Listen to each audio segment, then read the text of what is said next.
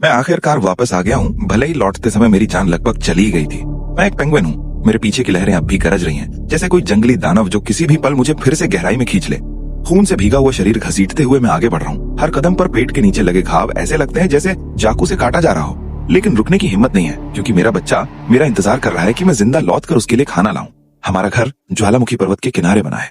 गर्म हवा बर्फ को पिघला रही है और जहरीला धुआं उठ रहा है, जिसमें पक्षियों का जीना भी मुश्किल है। यहाँ लाखों पेंगुइन एक साथ रहते हैं। लोग इसे मौत की जगह कहते हैं, लेकिन हमारे लिए यही एकमात्र जगह है जहाँ हमारा बच्चा बड़ा हो सकता है। जिस दिन मैं समुद्र की ओर निकला, मेरी पत्नी ने बच्चे को आखिरी निवाला दिया। उसका पेट खाली था और मैं समझ गया कि ये सफर 3 जिंदगियों को दांव पर लगाने जैसा है। भोजन की जगह तक पहुंचने के लिए 80 किलोमीटर का समुद्री रास्ता है।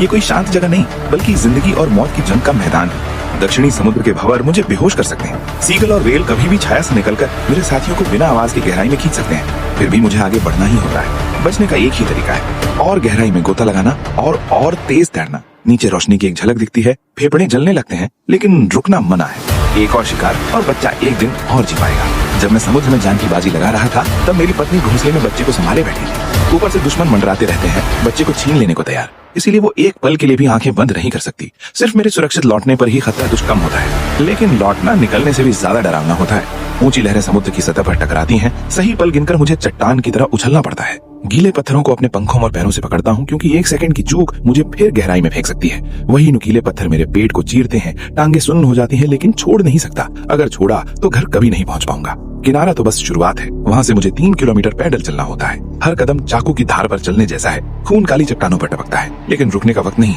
सबसे मुश्किल दर्द नहीं, बल्कि अपने परिवार को ढूंढना है। लाखों बच्चों की आवाजें एक साथ गूंजती हैं। गला सूख चुका है, आवाज बैठ गई है। तभी बर्फ और घास के बीच से एक जानी पहचानी पुकार सुनाई देती है। वो मेरी पत्नी है। उन्हें देखते ही मेरे सीने में रुकी सारी सांसें टूट जाती हैं। हम गले नहीं मिलते, बस हल्के से एक दूसरे को छूते हैं। तभी मुझे यकीन होता है कि मैं सच में जिंदा लौट आया हूँ। बच्चा मेरे पैरों से लिपट जाता है। मैं दर्द भूलकर लेट जाता हूँ और समुद्र से लाई हुई मछलियाँ निकालता हूँ। बच्चा धीरे धीरे खाता है। पत्नी चुपचाप मुझे देखती है, थकी हुई लेकिन राहत से भरी। खाने के बाद वो मेरे सिर को सहलाती है, बच्चे को छूती है और फिर समुद्र की ओर चल देती है। हमें बात करने की जरूरत नहीं। जब एक लौटता है तो दूसरा निकल पड़ता है। यही हमारी जिंदगी है। जब तक बच्चा बड़ा नहीं हो जाता, हम इसी तरह पहरा देते हैं। बच्चे को सीने से लगाए मैं समझ पाता हूँ कि हम कोई जन्मजात नायक नहीं है। हम बस अगली पीढ़ी के लिए आंधी और लहरों के सामने दीवार बनते हैं, जैसे हमारे माता पिता ने हमारे लिए किया था। पीढ़ी दर पीढ़ी। जीवन का अर्थ किसी को हराना नहीं, बल्कि तूफान में उस नाजुक लेकिन जिद्दी उम्मीद की रक्षा करना है। कल वो समुद्र में उतरेगी, परसों मैं उसके लौटने का इंतजार करूंगा। इस ज्वालामुखी द्वीप पर विशाल लहरों से घिरे हुए हमारा बच्चा ही हमारे जीने की सारी उम्मीद है।